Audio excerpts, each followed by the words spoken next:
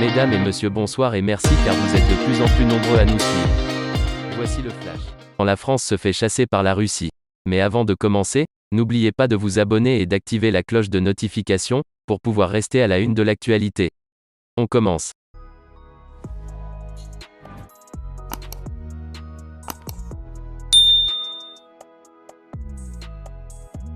En Guinée, au Mali, au Burkina Faso, en France, aux États-Unis, et partout ailleurs dans le reste du monde, un dirigeant mal élu n'est jamais apte à assurer la pleine et entière responsabilité de la fonction présidentielle.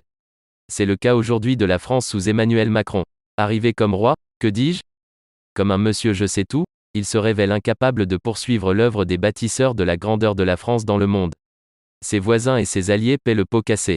Macron et sa Macronie ne peuvent faire éviter à leur pays des crises internes que leur administration génère, à plus forte raison réunir les compétences pour aider à contenir les escalades de violence, de haine et les appels à l'intolérance de la présence de la France sur le territoire d'un voisin ou d'un allié traditionnel.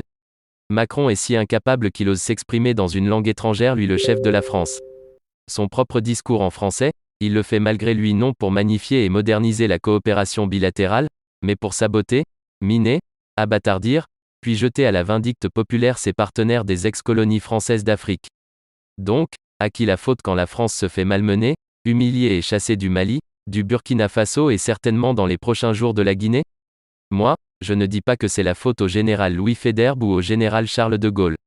J'accuse, non pas la mafia russe Afrique mais le lobby qui l'a sorti Macron des fesses de la mauvaise humeur électorale pour faire de lui le chef de la France actuelle. Eh bien les amis, c'est déjà la fin de notre petit flash d'infos.